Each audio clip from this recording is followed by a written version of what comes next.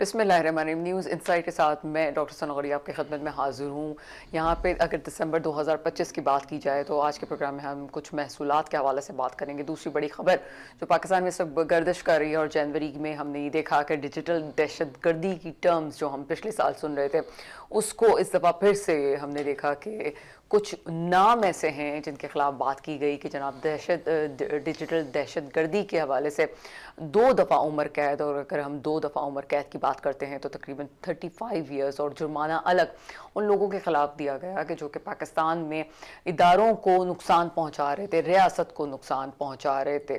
इसमें ये सोचे बगैर कि कौन किसकी पार्टी के बारे में बात कर रहा था, यहाँ पे समझना ज़रूरी है कि मुमलिकत पाकिस्तान में, खुदादात पाकिस्तान में उस रियासत के ख़िलाफ़ अगर कोई बात करता है तो किस हद तक वो आज़ादी इज़हार राय पे हम इसको बात कर सकते हैं। क्योंकि जो लोग नहीं जानते या नहीं समझते आम लोग, तो वो कहते हैं जी आज़ादी इज़हार राय पे कदगन है। ये कदगन है, या आप ये समझें कि जियो पॉलिटिक्स में पाकिस्तान के इमेज को बिगाड़ने में इन्हीं लोगों का हाथ है, या आप समझते हैं कि ऐसा नहीं है। ऐसा नहीं समझना चाहिए। लेकिन साथ साथ यहाँ पे ये भी वजाहत देनी ज़रूरी है कि वो लोग जो कि डिजिटल सतह पे आके अपने व्यूज़ के लिए आगे बढ़ते हैं, और जनाब इस तमाम सिनेरियो को आगे लेके चलते हैं, अगर आप उनके ज़ाती प्रॉपर्टीज़ वगैरह तमाम चीज़ों की छानबीन करें तो मोटा मोटा हिसाब ही आपके सामने आ जाता है कि उनको अपने सिर्फ इन चैनल्स की वजह से, डिजिटल चैनल्स की वजह से एक कतीर रकम मिलती है। ना सिर्फ वो उस कतीर रकम को अपने ऊपर बल्कि अपने पूरे नेटवर्क को चलाने में कामयाब साबित हुए हैं, अपने तौर पर कामयाब साबित हुए हैं, लेकिन साथ साथ रियासत को नाकाम करने की जिस हद तक भी कोशिश कर सकते थे वो किए थे। इस पर मज़ीद बात करेंगे, लेकिन साथ साथ एक और मौजू बहुत अहम है। राना सनाउल्लाह साहब ने कल ये बयान दिया कि अगर मुल्क के 5 बड़े साथ बैठ जाएं तो मसाइल हल हो सकते हैं। उसमें 5 बड़ों में सबसे पहले तो प्रेसिडेंट साहब हैं, दूसरा जनाब उन्होंने नाम लिया नवाज शरीफ साहब का, उन्होंने कहा 2 तो मेरे ही लीडर हैं, शहबाज शरीफ साहब हैं, और जनाब उन्होंने इस तरह कहा कि इन तमाम लोगों को, सदर को मिला के, इमरान खान साहब को मिला के, और 5वें का मैं नाम नहीं ले सकता, तो 5वें का नाम राना सनाउल्लाह साहब लेते या ना लेते, एवरीबडी नो दैट कि ये अजम्पशन से आगे की बात है कि 5वां कौन है। लेकिन ये बड़ी पॉजिटिव बात है कि अगर ये 5 लोग वाकई बैठ जाते हैं तो मसाइल हल हो सकते हैं। बड़ी खबर थी, और बड़ी के मुल्क की एक और ख़बर कि 8 फरवरी जिस तरह से इलेक्शंस हुए थे उसमें एहतजाज की कॉल, और 8 फरवरी को देखा जाए तो इतवार आ रहा है। इतवार को ही अगर पहिया जाम की बात करती है तहरीक इंसाफ के, जनाब ये वो दिन था कि जब शब खून मारा गया हकूक़ पे, और हक छीना गया, लूट लिया गया, चोरी की गई, ये तमाम लफ्ज़ जो इस्तेमाल हो रहे हैं मीडिया में। लेकिन साथ साथ ये भी है कि यही बात मुस्लिम लीग नून ये कहती है कि 2018 में भी कुछ इसी तरह से हुआ था। तो आप कभी भी पाकिस्तान के इलेक्शंस को ये नहीं कह सकते कि बड़े अच्छे साबित हुए हैं, चाहे वो आप फरवरी की बात कर लें, चाहे वो आप 2018 की बात कर लें या 2024 की बात कर लें, किस हद तक ठीक है। और प्रोग्राम का आगाज़ हम सबसे पहले करते हैं मुज़ाकरात के हवाले से, और क्या नरमी आनी चाहिए, कौन इस पर नरमी दिखाएगा, इस पर बात करेंगे। सलमान रहमान साहब स्टूडियो में मेरे साथ मौजूद हैं। सर प्रोग्राम में आपको वेलकम करेंगे, और साथ साथ कुछ देर में मुझे ज्वाइन करेंगे चौधरी मोहम्मद अकमल साहब, आप माहिर माइशाद है। आपकी तरफ आते हैं सलमान रहमान साहब। राना सनाउल्लाह साहब काफ़ी नपी तुली सी बात करते हैं। इस दफ़ा उन्होंने कहा कि 5 बड़े अगर बैठ जाते हैं तो मसाइल हल हो सकते हैं। आप क्या समझते हैं कि वाकई प्रिडिक्ट हम कर सकते हैं कि मसाइल हल हो जाएंगे अगर ये 5 बड़े बैठ जाते हैं तो? हाँ देखें, पहले तो आपके सवाल से एक ज़मनी सवाल मेरे भी जहन में आया कि वो जी पाँचवा जिस बड़े शख्स का उन्होंने नाम नहीं लिया वो कौन है। तो मैं समझता हूँ बात उनकी सही है कि पाकिस्तान की जो पॉलिटिकल पार्टीज़ हैं, जो बड़ी पॉलिटिकल पार्टीज़ हैं, और जो पाकिस्तान के स्टेक होल्डर्स हैं, जिनमें अस्करी इदारे के सरबराह हैं, हमारी जुडिशरी के सरबराह हैं, हमारे जो ब्यूरोक्रेसी के सरबराहान हैं, मतलब वो लोग जो मैटर करते हैं, अगर वो लोग बैठ के एक दफ़ा जो है इस मसले के ऊपर डिस्कस करें कि पाकिस्तान को अगले नहीं, ब्यूरोक्रेसी भी नहीं आई है, जुडिशरी भी नहीं आई है, आपको भी पता है कि 5वां कौन है, बस एक पे आपके 3 में से एक चीज़ जो है वो कसौटी पे पूरा उतरा है। अच्छा जी जी, ठीक है। तो राना सनाउल्लाह साहब ने नाम क्यों नहीं लिया? उनको नाम लेना चाहिए था। वो एक वज़ीर हैं और बड़े ताकतवर वज़ीर हैं, और जब उन्होंने नाम नहीं लिया तो फिर हमने भी नहीं लिया। मैंने हाँ, कहा राना सनाउल्लाह साहब नहीं ले सकते तो हम भी नहीं ले सकते। हम भी नहीं ले सकते। हाँ, लेकिन बात सही कर रहे हैं वो। बेसिकली देखें, जो ये बड़े स्टेक होल्डर्स हैं ना, ये बैठ के एक दफ़ा डिसाइड कर लें कि पाकिस्तान के अंदर जो है जो मामलात ज़िंदगी हैं, मामलात हुकूमत हैं, जो माशी मामलात हैं, उनको किस तरह से चलाना है। जो ख़ारजी मामलात हैं, इस वक्त पाकिस्तान के इर्द गिर्द रीजन में जिस तरह की सिचुएशन डेवलप हो रही है अभी रिसेंटली, जिस तरह की मिडल ईस्ट में सिचुएशन डेवलप हुई है, इसके अलावा पाकिस्तान आप देखिए ना, पाकिस्तान के एक तरफ ईरान के साथ जो इज़राइल का तनाज़ुर चल रहा है उसमें भी एक हॉट सिचुएशन इस वक्त भी मौजूद है। दूसरी तरफ ईस्टर्न बॉर्डर्स के ऊपर पाकिस्तान की इंडिया के साथ जिस तरह जो उनका सो कॉल्ड ऑपरेशन सिंदूर, जिसको उन्होंने पॉज सो कॉल्ड कहा हुआ है, जिसमें पाकिस्तान ने उनकी अच्छी खासी पिटाई की है, तो वो एक सिचुएशन डेवलप हो रही है अभी तक वहाँ पे। फिर दूसरी तरफ बांग्लादेश के साथ इंडिया की जो टेंशन है, उसमें पाकिस्तान का बांग्लादेश के साथ दिफाई माहदे के ऊपर जो बातचीत चल रही है, तो बड़े पाकिस्तान मैं समझता हूँ कि बड़े ही जो है ना एक तरह के बड़े इंपॉर्टेंट दौर से गुजर रहा है। अब यहाँ से आप पाकिस्तान को ऊपर भी लेके जा सकते हैं। इस वक्त पर आप समझ लीजिए कि पाकिस्तान के पास एक बड़ी ज़बरदस्त अपॉर्चुनिटी अफ़गानिस्तान वॉर के बाद दोबारा आई है, जिसमें इस वक्त पाकिस्तान की जो इम्पोर्टेंस है वो इस वक्त अमेरिका भी एक्सेप्ट कर रहा है, वो रशिया भी मतलब आप ये एक्सेप्ट कर कहना रहा चाह है, रहे हैं मिडल कि ईस्ट जब में तक भी। आपने जो पॉलिटिक्स में मसाइल उस वक्त तक हल नहीं हो सकते जब तक आपके इंटरनल प्रॉब्लम्स को हल ना किया जाए। हाँ, तो ये इस वक्त सुनहरी मौका है कि देखें, इस वक्त पाकिस्तान के बगैर जो है रीजन में, पाकिस्तान के बगैर जो है ना मामलात हल होने नहीं है, लेकिन पाकिस्तान की जो इंटरनल पॉलिटिकल इनस्टेबिलिटी है ना, वो पाकिस्तान को प्रॉब्लम में अभी तक रखे हुए है। अगर पाकिस्तान के ये 4-5 बड़े 6 लोग बड़े जो हैं बैठ के एक दफ़ा इस मामले को सर आप फिर रिजॉल्व 6 कर पे लें। आ गए, यहाँ पे 5 है और अगर हम 5 का तज्जिया करें तो 5 में से एक तो उस पोजीशन में है जो बड़े रूठे हुए भी हैं लेकिन उनको हुकूमत का हिस्सा नहीं बनाया गया, लेकिन फिर भी कहीं ना कहीं तो वो हुकूमत के साथ ही हैं, बड़ी पार्टी का। दूसरा ये है कि बाकी अगर मैं 2 की बात करूँ, वज़ीर आज़म साहब की और सदर साहब की, तो ये दोनों वो लोग हैं जिन्होंने कभी भी अपनी ज़ुबान से काफ़ी ऐसे अल्फाज नहीं, अपनी पोजीशन की वजह से शायद नहीं निकाले अपने टेन्योर में, कि पहले तो कुछ कहा हो कि जिससे सियासी मुखालफत को हवा मिले। आप ये समझते हैं कि जनाब बाकी जो हैं जो टेलीविज़न के सामने नहीं आ पा रहे हैं इस वक्त और अपनी मीडिया टीम्स के साथ भी हैं, अपने फैमिली के साथ राब्ते में, उनकी तरफ से ऐसे कोई बयान आ रहे हैं कि जिसकी वजह से स्टेबिलिटी नहीं हो पा रही है?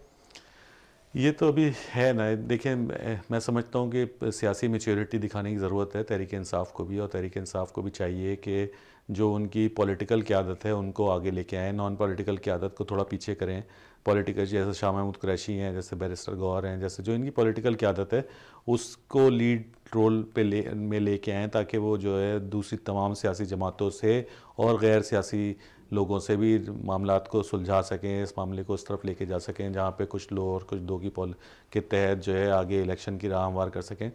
अभी आप इलेक्शन की बात कर रही थी, देखें ना, अब जब तक आप मुज़ाकरात नहीं करेंगे, अभी पाकिस्तान की तारीख़ में पिछले सारे इलेक्शन रिग्ड हुए। हम ये नहीं कह सकते कि सिर्फ 2022 का इलेक्शन 2024 का इलेक्शन रिग्ड हुआ, 2018 का इलेक्शन रिग्ड हुआ, 2008 के इलेक्शन किसी हद तक अच्छे थे, साफ़ सुथरे थे, 2013 के भी आपको पता है शकूक व शुबात हैं, इमरान खान साहब उसके बारे में 4 हलकों के लिए धरना दे के ही बैठे रहे। इससे पहले भी पाकिस्तान की तारीख भरी पड़ी हुई है कि इलेक्शन पाकिस्तान में कभी भी जो है शफाफ नहीं कहलाए गए। तो ज़रूरत इस बात की है ना कि ये जो इस वक्त अगर हम गैर सियासी लोगों को हटा भी दें तो सियासी जमातों की तो ये ज़रूरत मौजूद है ना कि ये सारे मिल के इस वक्त एक नुकाती एजेंडे पे कम से कम इकट्ठे हो जाएं कि जो इलेक्शन के रिफॉर्म्स इन्होंने करने हैं, जिसके तहत जिस पे ये सब एग्री हो जाएं कि इन रिफॉर्म्स को करने के बाद पाकिस्तान में कम से कम इलेक्शन का निज़ाम शफाफ बन जाएगा। और ये जो प्रॉब्लम हम पिछले कई दिहाइयों से देखते आ रहे हैं कि जब इलेक्शन होता है तो एक जमात दूसरी जमात पे धांधली का इल्ज़ाम लगाती है, दूसरी पहली जब पे लगाती है, तो ये कम से कम ये मामला इलेक्शन रिजॉल्व किया रिफॉर्म्स जा तो बहुत सकता है आगे ना। चले जाएंगे ना। फिलहाल तो पॉलिटिकल इनस्टेबिलिटी का ताल्लुक जो है पॉलिटिकल वो जेल की सलाखों पे इंस्टेबिलिटी जा रहा है ना। पॉलिटिकल इंस्टेबिलिटी जो है इसी तरह बेहतर होगी ना जब आप इस तरह के रिफॉर्म्स ले आएंगे जिस पे तमाम लोगों को एतमाद हो, तो फिर ये हो सकता है कि आज अब जो कुछ हो गया उसको यहीं पे रहने दिया जाए और आगे की बात की जाए। जब आगे की आप बात करते हैं तो फॉर एग्जांपल जो अगले इलेक्शन है, आप अगर आज भी लड़ते रहेंगे और अगले इलेक्शन का टाइम भी आ जाएगा तो आप फिर इसी सर्किल के अंदर ही घूमते रहेंगे। तो सियासी मैच्योरिटी तो ये है कि अभी आपके बस में ये चीज़ तो नहीं है ना कि आप 2024 के इलेक्शन को रिवाइज़ करा सकें या रिवाइज़ कर सकें, और ये तो हो नहीं सकता कि जो लोग हुकूमत में बैठे हुए हैं, नवाज शरीफ साहब, शहबाज शरीफ साहब, जरदारी साहब, ये अपनी हुकूमत छोड़ के आपको कहें कि जी आइए आप हुकूमत कीजिए, हमने गलती से हुकूमत ले ली थी। तो ऐसा हो तो सकता नहीं है। तो हो क्या सकता है, प्रैक्टिकलिज्म की तरफ जाना चाहिए। प्रैक्टिकलिज्म क्या चीज़ है कि वो जो अगले इलेक्शन होने वाले हैं उसके लिए अब बात की जाए उसके लिए ऐसे रिफॉर्म्स के ऊपर डिस्कशन की जाए जिसकी वजह से पाकिस्तान के अंदर जो सियासी टेम्परेचर है, अगर वो रिफॉर्म्स के ऊपर सारी जमातें एग्री कर लेती हैं तो ऑटोमेटिकली जो टेम्परेचर है वो नीचे आना स्टार्ट हो जाएगा। जब टेम्परेचर नीचे आएगा तो पाकिस्तान में जो कारोबारी तबका है या जो पाकिस्तान के अंदर जो लोग इन्वेस्ट करना चाहते हैं, जो फॉरेन इन्वेस्टर भी पाकिस्तान में इन्वेस्ट करना चाहते हैं, उनको भी ये बात जो है बेहतर लगेगी और वो उनकी भी सिक्योरिटी होगी इस चीज़ में कि जी पाकिस्तान के अंदर पॉलिटिकल स्टेबिलिटी है, तो पाकिस्तान में इन्वेस्टमेंट भी आएगी, पाकिस्तान में माशी तरक्की भी होगी, नौकरियां भी मिलना स्टार्ट हो जाएंगी। इसी तरह और मौके आवाम को, जो आम लोग हैं, इनको भी मिलना स्टार्ट होंगे। लेकिन जब तक पॉलिटिकल इनस्टेबिलिटी रहेगी, ना लोकल इन्वेस्टर यहाँ पे इंटरेस्ट लेगा, ना फॉरेन इन्वेस्टर यहाँ पे इंटरेस्ट लेगा। तो अब इसमें देखें ना, इसमें ये जो सारे बड़े स्टेक होल्डर हैं, अगर ये चाहें, ये सही कह रहे हैं राना सल्लल्लाहु साहब कि 4-5 लोग जो इम्पोर्टेंट लोग हैं, अगर ये बैठ जाएं और ये डिसाइड कर लें अपनी ज़ात से बालातर होकर, अपने पॉलिटिकल मफादात से बालातर होकर इस मुल्क के लिए डिसाइड कर लें कि जी ये इक़दामात हैं जो हमने करने हैं, रिस्पेक्टिव के कल हमारी हुकूमत आती है, आपकी हुकूमत आती है, किसी और की हुकूमत आती है, ये ऐसे इक़दामात हैं जो अगर हम कर लें तो इसके बाद जो हुकूमत आएगी कम से कम उसकी शफाफियत के ऊपर कोई सवाल नहीं उठाएगा। आप देखिए पाकिस्तान में अगर इदारे बनाना चाहें तो बनते हैं इदारे। नादरा का इदारा आपके सामने है, जब विलिंगनेस हुई और बैरूनी प्रेशर भी आया तो आपने नादरा का इदारा खड़ा किया। नादरा का इदारा यहाँ पे जिस तरह से काम कर रहा है वो अपनी मिसाल आप पाकिस्तान के अलावा दुनिया भर में और ममालिक में भी सर्विसेज दे रहे हैं। अभी आपकी एयरफोर्स आप देख लीजिए, आपकी एयरफोर्स को इस वक्त दुनिया भर में जो है माना जा रहा है और दुनिया भर में उसकी जो पेशेवराना सलाहियतें हैं उनसे इस्तिफ़ादा हासिल किया जा रहा है। कैसे? तो इसका मतलब ये है कि हमारी कौम में, हमारे लोगों में सलाहियतें मौजूद हैं कि हम इदारे भी डेवलप कर सकते हैं, हम सिस्टम भी डेवलप कर सकते हैं, और अगर हमारे अंदर विलिंगनेस हो तो हम इंडिया जैसे बड़े दुश्मन को जो है धूल भी चटा सकते हैं। तो ये सारी चीज़ जो है विलिंगनेस की जहाँ बात तक नादरा की बात है तो नादरा हमारी मजबूरी भी थी कि हम उसको डेवलप करना था, क्योंकि हम जो है किसी जंग का हिस्सा भी बन रहे थे और ना चाहते हुए भी हमें बहुत कुछ करना था। तो हमें अपने रिकॉर्ड को मेंटेन करने के लिए भी आलमी सतह पे हमारी बड़ी मदद की गई। और ठीक है, वो निज़ाम चलता रहा, बाज़ों का तो ममालिक हमारी मदद करते भी हैं लेकिन निज़ाम नहीं चलता। लेकिन नादरा का निज़ाम इस वक्त चल रहा है। आगे चलते हैं। जनाब मुझे इस वक्त ज्वाइन कर चुके हैं चौधरी मोहम्मद अकमल साहब, आप माहिर माशियात हैं। ऐसा प्रोग्राम में आपको वेलकम करते हैं। चौधरी मोहम्मद अकमल साहब, इस वक्त ये कहा जा रहा है कि 2026 शुरू हो चुका है और कहा जा रहा है कि बड़ी खुशखबरियाँ मिल रही हैं, और खुशखबरियों में एक खुशखबरी ये भी कहा जा रहा है कि पेट्रोल की कीमत के हवाले से बात की जा रही है, पेट्रोल की कीमत के साथ साथ स्टॉक एक्सचेंज के हवाले से बात की जा रही है, साथ साथ महसूलात के हवाले से बात की जा रही है कि 2025 दिसंबर में बुलंद तरीन सतह पे महसूलात जो है वो मिले हैं। आप क्या लगते हैं, आपको क्या लगता है कि जो हम कह रहे थे कि इकोनॉमी ICU से निकल गई है और हम स्टेबल मूड में जा रहे हैं, क्या बाकी ग्राउंड रियलिटीज यही हैं? देखिए, महसूलात की जहाँ तक बात है ना, तो महसूलात में तो अभी भी मेरे ख्याल में शॉर्टफॉल है। जो टारगेट था उससे तकरीबन 300 बिलियन टोटल जनवरी से लेकर, सॉरी जुलाई से लेकर जो जून तक दिसंबर तक का टारगेट है उसमें कमी है। पिछले महीने के मुकाबले में दिसंबर में वैसे भी टैक्सी कलेक्शन जो है इसलिए होती है क्योंकि कंपनीज का जो है ये रिटर्न कैरी करने का इसमें आखिरी महीना होता है, तो उसमें फिर अपनी कैलकुलेट करते हुए टैक्स पे करनी होती है, वो पे कर रहे होते हैं।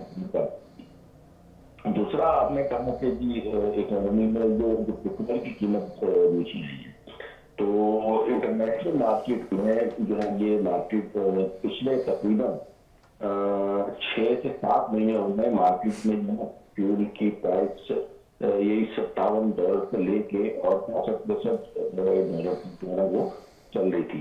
इस वक्त जो फ्यूल की इंटरनेशनल प्राइस है वो $58 पर बैरल है।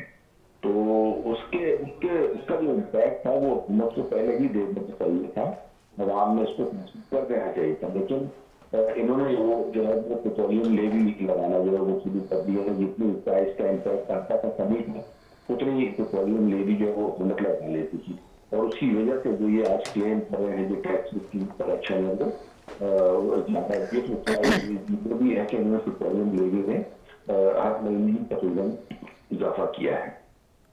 तो अब इसको 10 रुपये अगर कम किया है, इसको हम कंटिन्यू रखते हैं और उसका फिर आगे कितना इम्पैक्ट आता है, ट्रांसपोर्ट और किराए में भी कमी वाक़ होती है, या जो गुड्स ट्रांसपोर्ट की जाती है उसमें भी कमी होती है, तो उसका बेनिफिट हो सकता है।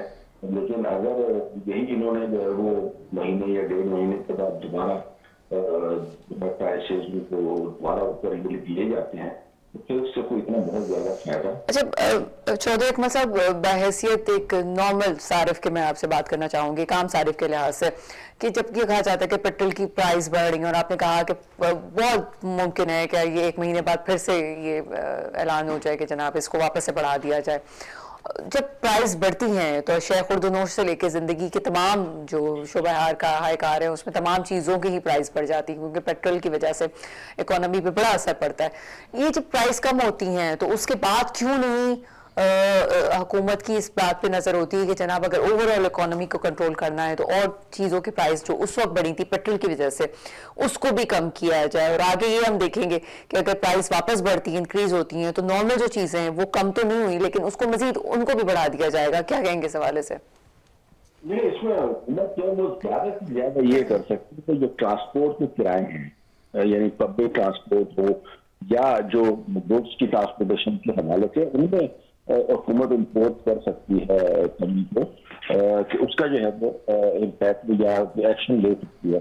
लेकिन अब उसकी वजह से जो चीजें सस्ती होनी चाहिए, जाहिर है चाहे वो प्रोडक्ट हों, गुड्स या सर्विसेज हों, उनमें ज्यादा जो वो फ्यूल की कॉस्ट भी शामिल होती है, तकरीबन 10%। तो इस हिसाब से आम जो स्मॉक बिजनेस है उनमें भी तकरीबन 10% तक कमी तो आनी चाहिए, क्योंकि ज़ाहिर मंडी से लेके जो अगर कोई एग्रीकल्चर प्रोडक्ट्स हैं, सब्जियां हैं, दाल जो है चीजें, तो वो खेतों से ज़ाहिर यहाँ पे मंडी तक आती हैं, तो उसमें ट्रांसपोर्ट का एलिमेंट होता है। तो अब उसकी कीमतों में अगर कमी की गई है तो उसका इम्पैक्ट होना तो चाहिए, लेकिन अनफॉर्चुनेटली वो चूंकि हमारे यहाँ आप माफिया है और स्टॉक करने वाले लोग बहुत ज्यादा है, तो इस वजह से जखीरा अंदोजी या दीगर चीजें आम हो जाती हैं। जब चीजें सस्ती होती हैं तो जो स्टॉकिस्ट होते हैं वो चीजों को स्टोर कर देते हैं बाद में। चौधरी अकमल साहब साथ ही रहिएगा, मैं इसी मुद्दे पे सलमान अहमद से भी बात करूंगी। सलमान अहमद साहब, पेट्रोल की प्राइस अभी कम हुई है, जिस तरह से बहुत अच्छा तजिया किया चौधरी साहब ने, आप क्या समझते हैं कि यही क्या कोई कम करने के लिए तैयार होगा शेख उर्दूनोश की कीमतें, या दूसरी चीजें हम देख रहे होते हैं? देखिए डॉक्टर साहब, पाकिस्तान में ना माफियाज का राज है, यहाँ पे कार्टेल्स बने हुए हैं। अभी यही 10 रुपये अगर पेट्रोल की कीमत बढ़ती ना तो पूरा मैकेनिज़्म हरकत में आ जाता, तमाम चीज़ों की प्राइसेस को बढ़ाने में। बड़े ख़ुदकार तरीके से जो है प्राइसेस बढ़ा दी जाती हैं, चाहे वो आटे की कीमत हो, चाहे चीनी की कीमत हो, चाहे सब्ज़ी की हो, चाहे दूध की हो, वो फौरी तौर पर बढ़ा दी जाती। लेकिन जब यही चीज़ रिवर्स होती है, अभी देखिए पेट्रोल की कीमतें ये नहीं है कि आज से कम हो रही हैं, पेट्रोल की कीमतें पिछले 2 महीने से जो है तारीख की पिछले कई सालों की कम तरीन सतह पे चल रही हैं। तो हुकूमत अगर चाहती, अगर विलिंगनेस होती, इतना फोर्स ही कर सकती थी कि हुकूमत इस मेकैनिज़म को इम्प्लीमेंट कराती। यहाँ पे जो कमिश्नर्स, जो असिस्टेंट कमिश्नर और डीसीज जो बैठे हुए हैं, जो ब्यूरोक्रेसी बैठी हुई है जिनका काम है प्राइस कंट्रोल, तो अगर हुकूमत ये कीमतें मुकर्रर करती और कीमतों को ऐसा मेकैनिज़म डेवलप करती कि जब पेट्रोल की प्राइसेस नीचे आती हैं तो उसके तहत जो कॉस्ट कटिंग हो सकती है जिन चीज़ों पे, उनकी कॉस्ट कटिंग करके नई कीमतें मुकर्रर करने में मुस्तैदी दिखाती तो ज़रूर हो सकती थी। लेकिन क्योंकि कार्टेल्स बैठे हुए हैं जो हुकूमत के फंडर्स भी हैं, लेकिन हुकूमत की जो तमाम सियासी जमातें हुकूमत में बैठी हैं, इनको फ़ंड कौन करता है? इनको फ़ंड यही कार्टेल्स कर रहे होते हैं। तो इन कार्टेल्स का पूरी तरह से इस हुकूमती स्ट्रक्चर के ऊपर कब्ज़ा है। आपको ये कभी भी कीमतें जो है वो नीचे नहीं करने देंगे। जब एक दफ़ा इनकी जेब में पैसे चले जाते हैं तो ये पैसे आपको वापस नहीं निकाल के देंगे, चाहे किसी भी तरह से। आप जो अभी बात कर रही थी टैक्स जो इजाफ़ा हुआ है, ये टैक्स में इजाफा भी किसी न किसी तरह से डायरेक्टली इनडायरेक्टली आवाम की जेबों पे डाका ही है। आवाम के ऊपर डायरेक्टली इनडायरेक्टली टैक्स लगा के जो है ये टैक्स वसूली की गई है। बाय द वे टैक्स जो है तकरीबन 350 अरब रुपए जो है अभी भी शॉर्टफॉल है। जो 6 महीने का इनका टारगेट था 1.7 ट्रिलियन रुपए का, तो कराची से ही पूरा कर लिया होगा इन लोगों ने। हाँ, लेकिन कराची की हालत भी आप देखें कि कराची में क्या सिचुएशन है। लेकिन मैं यहाँ पे जो मसला है ना वो ये नहीं है कि टैक्स, देखें टैक्स नेट को बढ़ाने की ज़रूरत है, टैक्स के स्ट्रक्चर में रिफॉर्म लाने की ज़रूरत है, टैक्स उन लोगों पे लगाने की ज़रूरत है जो असल में इस मुल्क का खून चूस रहे हैं। लेकिन टैक्स किस पे लगाया जाता है? टैक्स लगाया जाता है सैलरीड तबके के ऊपर, टैक्स लगाया जाता है अर्शिया खुर्दनोश के ऊपर, जो डायरेक्ट इनडायरेक्ट टैक्सेस के थ्रू जो आवाम की जेबों से पैसा निकाला जाता है। लेकिन जो सरमायाकार है, जो सनतकार है, जो ये आपका जागीरदार है, इनके ऊपर जो है इनकी जेबें वैसे ही भरती चली जा रही हैं, इनकी दौलत में वैसे ही इजाफा होता चला आ रहा है। कोई इस मुल्क में निज़ाम इस तरह का लाने के लिए तैयार नहीं है। उसकी वजह यह है कि क्यों तैयार नहीं है?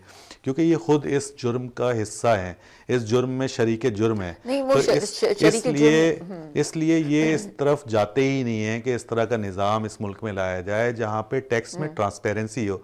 दुनिया में बाकी जितनी दुनिया है उसमें टैक्स के निज़ाम के अंदर ट्रांसपेरेंसी होती है। बड़े के ऊपर ज़्यादा टैक्स लगाया जाता है, छोटे के ऊपर कम टैक्स लगाया जाता है। यहाँ उल्टा निज़ाम है, उल्टी गंगा बहती है। यहाँ पे जो छोटा कमाने वाला, जो कम कमाने वाला है, उसके ऊपर ज़्यादा टैक्स लगाया जाता है।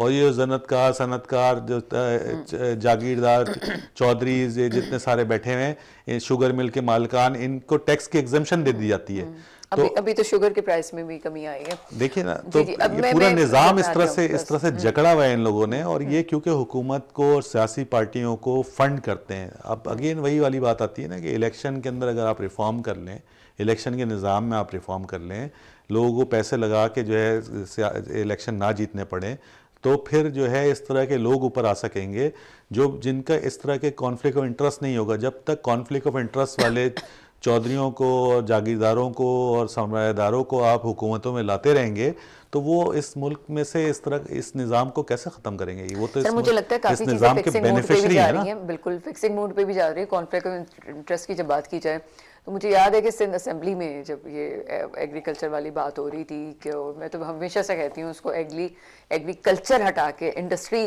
कुछ या ऐसा कुछ नाम दे दें ताकि मसाइल हल हों, ताकि टैक्स क्या करना पास है। लेकिन IMF ने जिस तरह से बात की तो ऑफ कोर्स जो चीज़ें नहीं भी करना चाहते वो भी इम्प्लीमेंट तो करनी पड़ी और हम देख रहे हैं कि काफ़ी रिफॉर्म्स हुए। आगे चलते हैं, चौधरी साहब आपकी तरफ आएंगे। यहाँ पे जो एक और चीज़ बात की जा रही है स्टॉक एक्सचेंज के हवाले से, आप क्या समझते हैं कि हमेशा मेरे जहन में, क्योंकि मैं बिजनेस को बहुत अच्छी तरह से नहीं समझती, जहन में एक सवाल ज़रूर आता है स्टॉक एक्सचेंज का असर किस हद तक आवाम पे और कब पड़ता है? आप समझते हैं कि किसी आम आदमी को रिलीफ मिलता है, या ये अगर मुस्तकिल स्टेबल पोजीशंस पे जाए तो फिर क्या 1 साल में या 2 साल में कब असर निचले दर्जे तक पहुंचेगा? ये तो जो पाकिस्तान की स्टॉक एक्सचेंज है ना, इसमें तो प्रोडिक्शन वगैरह चलती है, बड़ी सेंसिटिव मार्केट है। एक मामूली सी अफवाह के ऊपर मार्केट क्रैश कर जाती है, एक छोटी सी खबर के ऊपर मार्केट ऊपर चली जाती है। और ये इस चीज की निशानियां हैं कि मार्केट में है सट्टा माफिया जो है वो भरपूर तरीके से सरगर्म है। और चंद एक जो बड़ी पार्टियां हैं वही जो है वो इसको मार्केट के निजाम को चला रही है। एक खास हद तक जो है वो मार्केट को ऊपर ले जाते हैं, तो उसके बाद थोड़ा सा झटका देते हैं ताकि माल जो है वो उनका बिक जाए। फिर उसमें से जो होते हैं या नए जो कंज्यूमर्स होते हैं या जिनके पास कम सरमाया होता है, उनकी चूंकि होल्डिंग पावर नहीं होती तो वो जो है वो फिर अपना माल मजबूरन जो स्टॉक में वो बेच देते हैं। तो उनसे ये फायदा उठा लेते हैं, वो चले जाते हैं, फिर नए शिकार आते हैं, नए लोग आते हैं उनके ऊपर। तो ये एक मैकेनिज्म के तहत चीजें चल रही हैं। और कुछ उसमें हुकूमत जो है खुद आर्टिफिशियली भी बाइंग एंड सेलिंग करके, क्योंकि ज़ाहिर है हुकूमत की अपने भी जो कई ऐसी कंपनीज हैं जो स्टॉक में इन्वेस्ट कर रही होती है indirectly, not directly but indirectly, तो उसके जरिए भी ये लोग मार्केट में फ्लक्चुएशन लाते रहते हैं। तो अगर देखा जाए तो स्टॉक मार्केट क्लियरली हमारी जो इकोनॉमी है उसको रिफ्लेक्ट नहीं कर रही। ज्यादातर जो शेयर हैं, शेयर की प्राइसेस हैं वो आर्टिफिशियल है या अपनी जो टोटल वैल्यूज है उससे ज्यादा है, नंबर 1। नंबर 2, जो ज्यादा अर्निंग वाले जो शेयर हैं उसमें आप देखें तो बैंकिंग सेक्टर वो ज्यादा और उसी के शेयर की प्राइसेस में ज्यादा राइज है, या जो है वो यूरिया या फर्टिलाइजर सेक्टर है, ये दूसरे नंबर के ऊपर ज्यादा है। तो ये 1-2 सेक्टर ऐसे हैं जिनके मतलब खाद की कंपनियां जितना ज्यादा प्रॉफिट अर्न करेंगी इसका मतलब किसान का उतना ही साल हो रहा होगा, किसान को उतनी ही महंगी जो है वो खाद मिल रही होगी। तो ये एक किस्म के ऊपर नेगेटिव है हमारे एग्रीकल्चर के लिए। या अगर बैंक्स प्रॉफिट कमा रहे हैं तो बैंक्स का जो ज्यादा जो इम्पैक्ट होता है वो तो इंटरेस्ट इनकम के ऊपर होता है। और हमारे बैंकों में जो है वो ज्यादा जो लोन है वो हुकूमत को दिए हुए हैं। तो हुकूमत एक तरफ बैंकों को इंटरेस्ट पे कर रही होती है और टैक्स ले रही होती है, तो हुकूमत का टैक्स बढ़ रहा होता है और दूसरी तरफ बैंकों की इनकम बढ़ रही होती है। तो ये इस तरीके से जो चीजें जो है ना वो कर रही है, इसका इम्पैक्ट जो है वो ओवरऑल स्टॉक मार्केट में बलून या बबल जिससे हम कहते हैं वो क्रिएट होते जा रहा है। तो ये बबल जो है ना वो बहुत जल्द जो है वो नजर आएगा कि ब्लास्ट करेगा, अगर ना करे ऐसा हो और उसमें जो है वो थोड़ा सा रियलिटी का आ जाए। लेकिन बहरहाल मुझे जो है ना वो ये सट्टा माफिया जो इसमें है इन्वॉल्व और जो आर्टिफिशियल प्राइसेस को हल कर रही है। दूसरा जो वो हुकूमत चाह रही है कि मार्केट को ऊपर जाती है ताकि उनको पोलिटिकल एडवांटेज है वो मिले।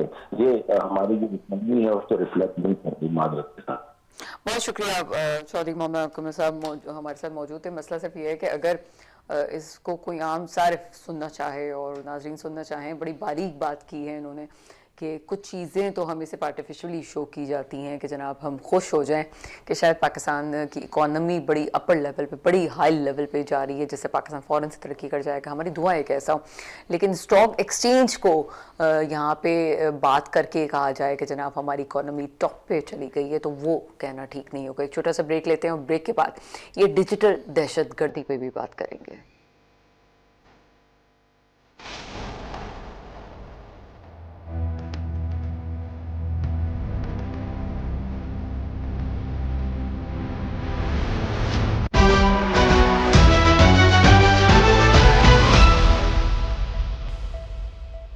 ब्रेक के बाद आपके सामने हाजिर हैं। मुझे इस वक्त ज्वाइन कर चुके हैं फ़ाहद शफीक साहब। आपका ताल्लुक मुस्लिम लीग नून से है, लेकिन बात करते हैं सलमान रहमान साहब से। सलमान रहमान साहब, डिजिटल दहशतगर्दी की हम बात कर रहे थे, क्या कमेंट देंगे इस वक्त जो तमाम मामला चल रहे हैं? डॉक्टर साहब, पहले डिजिटल दहशतगर्दी से पहले मैं असल में एक चीज़ ऐड कर दूं, क्योंकि पाकिस्तान स्टॉक एक्सचेंज की आप बात करी थी। स्टॉक एक्सचेंज, देखिए स्टॉक एक्सचेंज पाकिस्तान में ना, अगेन मैंने जैसे पहले बात की थी कि पाकिस्तान में सरमायादारों का कब्जा है पूरे निज़ाम के ऊपर ना। इसी तरह जो पाकिस्तानी स्टॉक एक्सचेंज है ना, वो भी बेसिकली स्टॉक एक्सचेंज कम और सट्टेबाजी की जगह ज़्यादा है। वहाँ पे भी सरमायादारों का कब्ज़ा है। मैं इसका आपको एक बड़ा छोटा सा एक तजिया दे देता हूँ कि इंडिया की आबादी 1 अरब से कुछ ज़्यादा है, 1 अरब 25 करोड़ है, और पाकिस्तान की आबादी 25 करोड़ है, मतलब 5 गुना बड़ा इंडिया मुल्क है। लेकिन इंडिया में जो कॉमन मैन की इन्वेस्टमेंट है स्टॉक एक्सचेंज के अंदर, वो 9 से 10% है। और आपके अंदाजे के अंदर पाकिस्तान में कितनी होगी? पाकिस्तान के एक आम आदमी या आम लोगों की स्टॉक एक्सचेंज के अंदर कितनी इन्वेस्टमेंट करते होंगे? वो 0.1% से भी कम है। तो स्टॉक एक्सचेंज पे जो है आप 0.1 मतलब 1 लाख से ज़्यादा कुछ अकाउंट हैं जो बेसिकली कॉमन मैन अब इन्वेस्ट करके बैठा हुआ है स्टॉक एक्सचेंज में। बाकी तमाम ये जो स्टॉक एक्सचेंज है, ये तमाम जो सरमायादार हैं, इन्होंने कब्ज़ा किया हुआ है और ये एक तरह से अपनी दौलत को इंक्रीज़ और डिक्रीज़ करने के लिए अपनी मर्ज़ी से बड़े बड़े बैंक्स और बड़े बड़े इदारे इसमें इन्वॉल्व हैं और ये इसको स्टॉक एक्सचेंज को कभी ऊपर लेके जाते हैं, कभी नीचे लेके आते हैं। इसमें से भी आम आदमी इसके जेब से पैसा निकालते हैं। इंडिया में तकरीबन 9% उनकी टोटल आबादी का, इसका मतलब तकरीबन 9 करोड़ से ज़्यादा लोग जो है, या 10 करोड़ से ज़्यादा लोग जो है स्टॉक एक्सचेंज के अंदर वहाँ पे डायरेक्टली इन्वेस्ट करते हैं। पाकिस्तान में वो तादाद कितनी है? 1 लाख। तो ये तो हमारी जो हमारी इकॉनमी का के जो स्ट्रक्चर है ना, ये इसकी तस्वीर है कि हम कैसे तरक्की करेंगे। हम जब तक तरक्की नहीं कर सकते, जब तक हम ये कॉन्फ्लिक्ट ऑफ इंटरेस्ट को अपनी जो माशी पॉलिसीज़ हैं इनमें से नहीं निकाल देते, उन लोगों को ऊपर नहीं लेके आते जिनके ज़ाती मफादात, कारोबारी मफादात जो हैं पाकिस्तान की मईशत से जुड़े हुए ना हो, जिनके इंटरेस्ट जो है पाकिस्तान को तरक्की दिलाना हो, जिनका इंटरेस्ट अपनी फैक्ट्रियों को, अपने बैंकों को तरक्की दिलाना ना हो। आप देख लीजिए हमारे इस वक्त वज़ीर ख़जाना जो है, वो एक बैंक के सरबराह जो है वो हमारे वज़ीर ख़जाना लगे हुए हैं।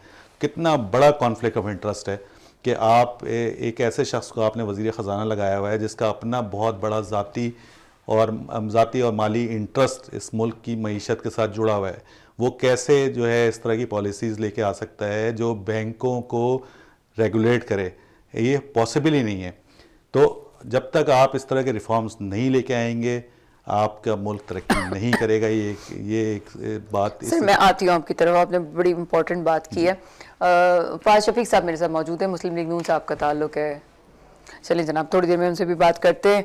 अब आप ठीक है, कॉन्फ्लिक्ट इंटरेस्ट तो हमें नज़र आता है हर जगह, लेकिन जब आपने कहा कि 24 करोड़ आवाम में से आपने फिगर पेश किया है कि 1 लाख, तो वो 1 लाख भी वो लोग हैं जो बड़ी मिनिमम इन्वेस्टमेंट बहुत करते मिनिमम हैं। इन्वेस्टमेंट है। जो मेजर इन्वेस्टमेंट है वो बेसिकली सारे जो बड़े बैंक मालियाती इदारे हैं, जितने बड़े सनतकार हैं, जितने बड़े सरमायाकार हैं, ये इन्होंने स्टॉक एक्सचेंज के ऊपर कब्जा किया है। हमें आपको सबको पता है, नाम हम उंगलियों पे गिन सकते हैं कि कौन कौन से लोग हैं जिनकी इजारादारी है। जब वो चाहते हैं, जब उनको फ़ोन आते हैं, वो स्टॉक एक्सचेंज को नीचे ले जाते हैं। जब उनको चाहिए होता है किसी हुकूमत को ऊपर दिखाना होता है, तो वो स्टॉक एक्सचेंज को ऊपर ले जाते हैं। तो यहाँ पे स्टॉक एक्सचेंज जो है ना, उसको हम कोई इस तरह का इशारा नहीं समझ सकते। मुल्क बड़ा तरक्की कर रहा है कि मुल्क बड़ा तरक्की कर रहा है। मुल्क जब तक तरक्की नहीं करेगा, जब तक यहाँ पे आम आदमी जो है ना वो इस मुल्क की मईशत का हिस्सा नहीं बनेगा। अभी जो इस मुल्क की मईशत है ना, वो यहाँ के 5-7% जो अमीर तबका है उसने अपने कब्ज़े में ली हुई है। तमाम जो दौलत है वो इस मुल्क से निचोड़ के अपने बैरूनी जो अकाउंट्स हैं, बैरूनी जायदादें हैं, जो उनमें लेके जा रहे हैं। और उसमें हुकूमती लोग शामिल हैं, उसमें हमारे ब्यूरोक्रेट्स शामिल हैं। आपको पता ही है कि कितने परसेंट, अभी हाल ही में रिपोर्ट आई थी कि कितने परसेंट हमारे जो हाईएस्ट ब्यूरोक्रेट्स हैं उनकी तमाम की 50% से ज़्यादा लोगों की फैमिलीज़ जो हैं वो फॉरेन नेशनलिटी ले चुकी हैं। यहाँ पे 20 ग्रेड से ऊपर जो अफसर रिटायर्ड होता है, उसके रिटायरमेंट के फ़ौरन बाद जो है वो जाके कनाडा और दूसरे मुल्कों की शहरियत ख़रीद के जो है बाय इन्वेस्टमेंट या शहरियत लेते हैं और अपने पूरी फैमिलीज़ के साथ वहाँ शिफ्ट हो जाते हैं।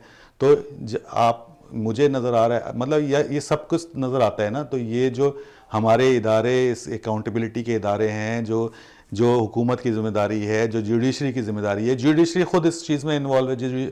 आप देखिए कि जो जज रिटायर होते हैं उनके आप असासे देख लीजिए, उनके सारी चीज़ें मद में एक को 15 करोड़ और दूसरे को पेंशन मतलब आप सोचिए, इस गरीब कौम के जेबों से आप जब तक जज हैं, जब तक तो चलो समझ में आती है कि जी आप सैलरी ले रहे हैं, क्या आपको शर्म नहीं आती कि आप जी जब आप रिटायर हो जाते हैं तो कम से कम जो है एक मोरल अथॉरिटी के मोरल वैल्यू के तहत ही आप कम से कम अपनी पेंशन उस पे ले जाएं, उस निज़ाम पे ले जाएं, पूरे पाकिस्तान में रह जाए।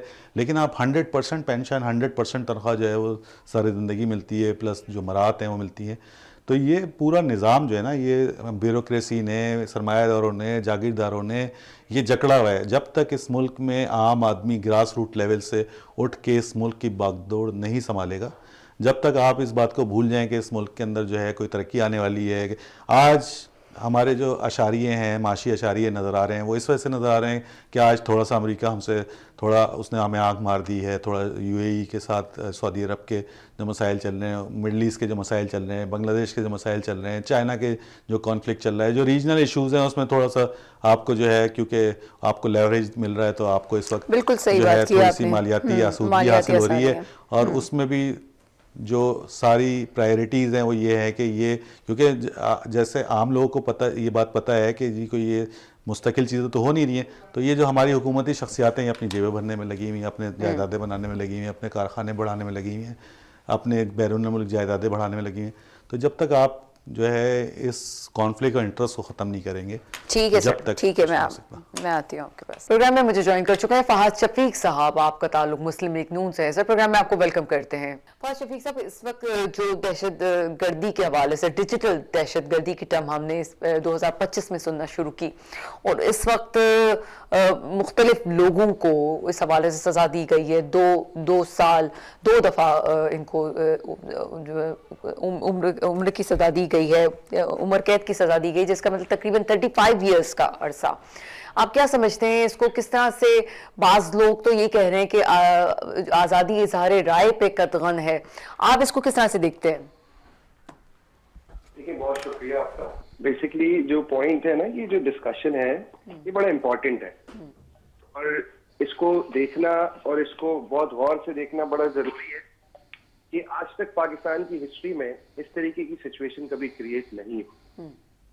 अच्छा, हम कहते हैं ये राय, और आप जो आपका डेफिनेटली हक है कि आप गवर्नमेंट को क्रिटिसाइज करें, और अपोजिशन बनती इसीलिए है कि वो अपोजिशन असेंबली के अंदर गवर्नमेंट की पॉलिसीज को ऑब्जेक्शन उठाए और उसके बाद गवर्नमेंट बैठ के आपस में म्यूचुअल अंडरस्टैंडिंग से चीजों को एग्जीक्यूट करे। अच्छा, अब जिनके ऊपर सजाएं हो रही हैं, वो सजाएं किस नौयत की हैं ये देखा जाए कि रियासत के खिलाफ बात करना, मुल्क के खिलाफ बात करना, मुल्क के अफवाज पाकिस्तान के खिलाफ बात करना, इदारे के खिलाफ बात करना, मतलब हम जो इतने महाज पर जंगें लड़ रहे हैं और इंडिया को और मुख्तलिफ दुश्मन ममालिक को जवाब दे रहे हैं, अल्हम्दुलिल्लाह पाकिस्तान का नाम सर फख्र से बुलंद हो रहा है और नाम बहुत ज्यादा एक्टिवली अब दुनिया में देखा जाता है।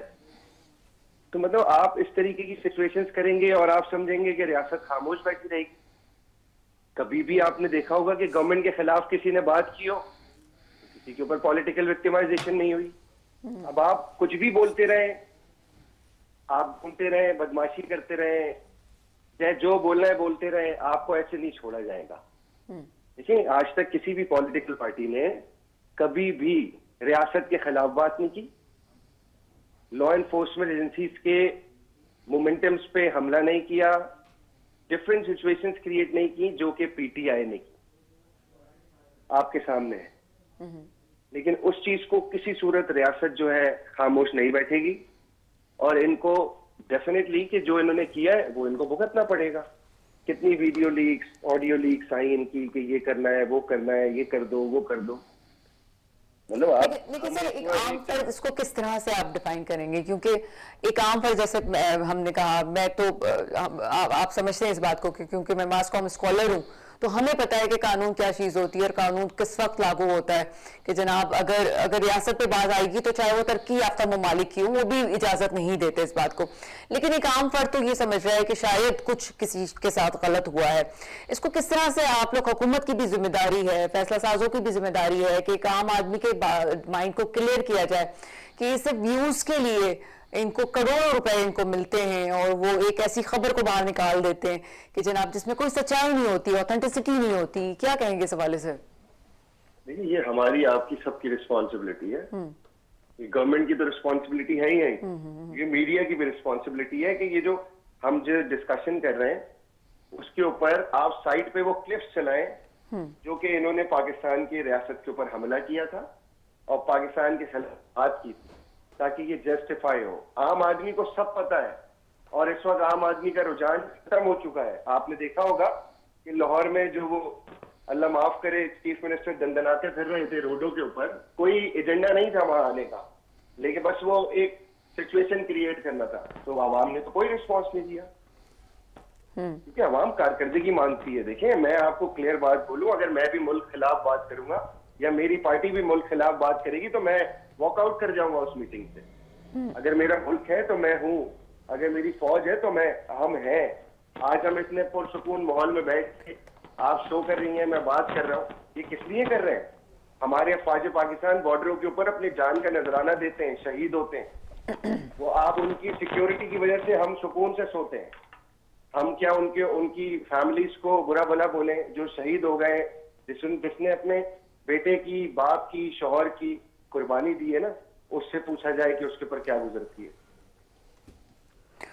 सर, मसला तो यहाँ पे हमें ये भी नजर आता है कि जुबान का इस्तेमाल तो दोनों जगह से गलत हो रहा है, लेकिन क्या हम इसको इस तरह से लें कि पॉलिटिकल पार्टीज के खिलाफ बात करें, रियासत के खिलाफ, जो रियासती इदारे हैं उनके खिलाफ बात ना की जाए?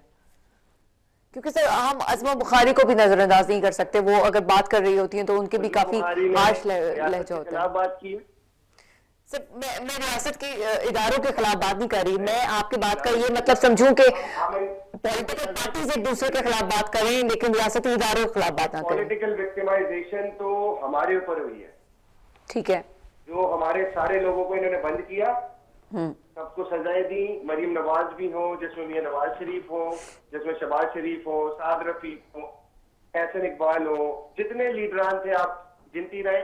ये प्रोग्राम खत्म हो जाएगा लेकिन वो चीज खत्म नहीं होगी, काउंटिंग। पॉलिटिकल विक्टिमाइजेशन वो होता है, ये तो हम तो नहीं कर रहे।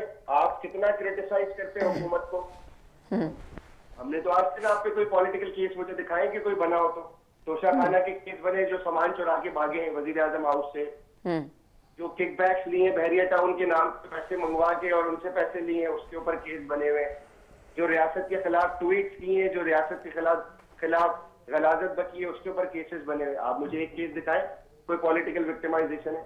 और अगर किसी हुकूमती नुमाइंदे ने, चाहे पंजाब गवर्नमेंट हो या फेडरल गवर्नमेंट हो, किसी नुमाइंदे ने अगर रियासत के खिलाफ, अफवाज पाकिस्तान के खिलाफ, मुल्क के खिलाफ बात की हो तो आप मुझे बताएं, हम उस पर डिबेट करेंगे। ऐसा है ही नहीं। ये तो किसी एजेंडे के ऊपर काम कर रहे हैं, इसराइली एजेंडे के ऊपर काम कर रहे हैं। वहां बैठ के इन्होंने गलीस लोग बिठाए हुए वहां पे अमेरिका में, इंग्लैंड में, और वो शहबाज गिल जैसे, शहजाद अकबर जैसे वो बकवास करते हैं यहाँ पे बैठ के पाकिस्तान के खिलाफ। उनके खिलाफ भी रियासत एक्शन ले रही है और किसी को पाकिस्तान के खिलाफ बात करने की जरूरत तो नहीं इजाजत दी जाएगी। लेकिन सर ये मेरे प्रोग्राम का एजेंडा नहीं है, लेकिन मैं आपसे सवाल पूछना चाहूंगी कि अगर एक सूबे का वजीर आला दूसरे सूबे में आता है तो इतने मसाइल क्यों हैं? क्या हमने कोई रियासतें बनाई हुई अपनी छोटी छोटी कि एक जगह का शख्स दूसरी जगह नहीं जा सकता? हम पाकिस्तान हैं और हम सारे लोग हमारी हैं। क्यों सोहेल आफरीदी के आने पे पंजाब हुकूमत को इतने मसाइल होते हैं? अब इस पर बात करते हैं। हमें कोई इशू नहीं है, ठीक है, देखिए वो आईनी ओहदे पे फाइज है, चीफ मिनिस्टर है, और वो जब आएंगे एक उसका तरीकेकार है कि जो भी चीफ मिनिस्टर किसी डिफरेंट सूबे में विजिट करता है तो उनके स्टाफ जो है पूरा एक प्लान बना के देता है और उस प्लान के तहत उनको आगे चीजें, सिक्योरिटी एंड एवरीथिंग मिलती है। आपने प्लान दिया, मरीम नवाज ने आपको सिक्योरिटी दी। अगर आप आउट ऑफ द वे वहां जाकर रियासत के खिलाफ बात करेंगे, आप, मरीम नवाज ने तो इनको पूरी सिक्योरिटी दी है, लेकिन इन्होंने जिस तरीके का जेस्टर किया, इंतशार फैलाना शुरू किया, तो हमने तो कोई सिक्योरिटी वापस नहीं ली। आप मुझे बताएं, इनसे पूछे कि अगर कोई सिक्योरिटी वापस ली गई है। बहुत शुक्रिया। अब लोग लाना हुकूमत की जिम्मेदारी थोड़ी है कि इनके पीछे लोग आए नहीं, क्योंकि लोग समझ चुके हैं। हमारी ये जिम्मेदारी थोड़ी है कि हम इनको आवाम भी देंगे कि लो इनके साथ मिलके और जो करना है, जिसको गाली देनी है दो, मादर पिदर आजाद घूमते रहो। तो इस तरीके से माजरत के साथ नहीं घूमने दिया जाएगा। और रियासत के खिलाफ, अफवाज पाकिस्तान के खिलाफ कोई भी बात करेगा उसके खिलाफ सख्त से सख्त एक्शन लिया जाएगा। ये कैटेगोरिकली गवर्नमेंट का इस वक्त एजेंडा है। बहुत शुक्रिया। फाज शफीक साहब हमारे साथ मौजूद है स्टूडियो में, हमारे सलमान अहमद साहब मौजूद है, बहुत शुक्रिया आपका। और चौधरी मोहम्मद अकमल साहब ने हमें ज्वाइन किया था। मेरे मुल्क पे हुक्मरान आए जो वाकई मेरे मुल्क के मुस्तकबिल की हिफाजत करें। इसके साथ ही प्रोग्राम का वक्त ख़त्म होता है। मुझे इजाज़त दीजिएगा। खुदा हाफिज़।